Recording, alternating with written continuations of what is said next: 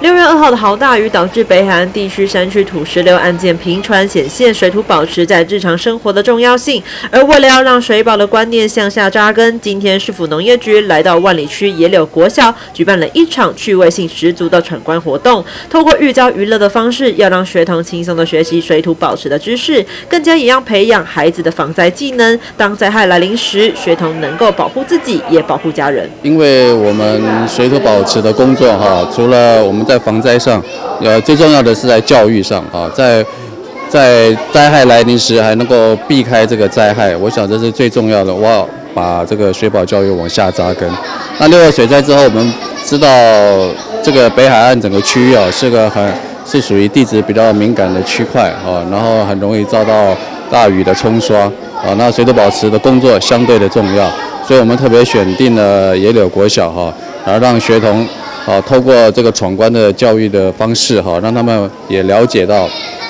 这个水土保持的重要，也了解到水土保持的工程的一个概况，也让他们知道这个万一发生灾害来临时应该怎么样去避灾。通过5个主题的闯关站点、趣味的游戏卡以及游戏道具，让孩子轻松地进入水土保持的主题情境，让孩子对于水土保持工作以及灾害有一定的了解，并且也学习在不同种类的灾害发生时要有不同的应变方式。非常感谢，就是我们农业局在野柳国小办理就是有关于相关水土保持的一个课程。那野柳国小呢，除了水域安全很注重之外，水土保持的课程呢，也都融入在我们的平时教育里面去做一些相关的一个进行。那今天呢，很高兴就是他有透过非常多闯关的一个部分，让孩子去吸收有关于防灾跟水土保持的相关知识，让小朋友呢可以透过很轻松又很有趣味性的一个方式去理解到就是吸收这种有关于防灾的一个相关知识。从与生活息息相关的边坡灾害、土砂复合灾害到防灾准备以及避难事宜，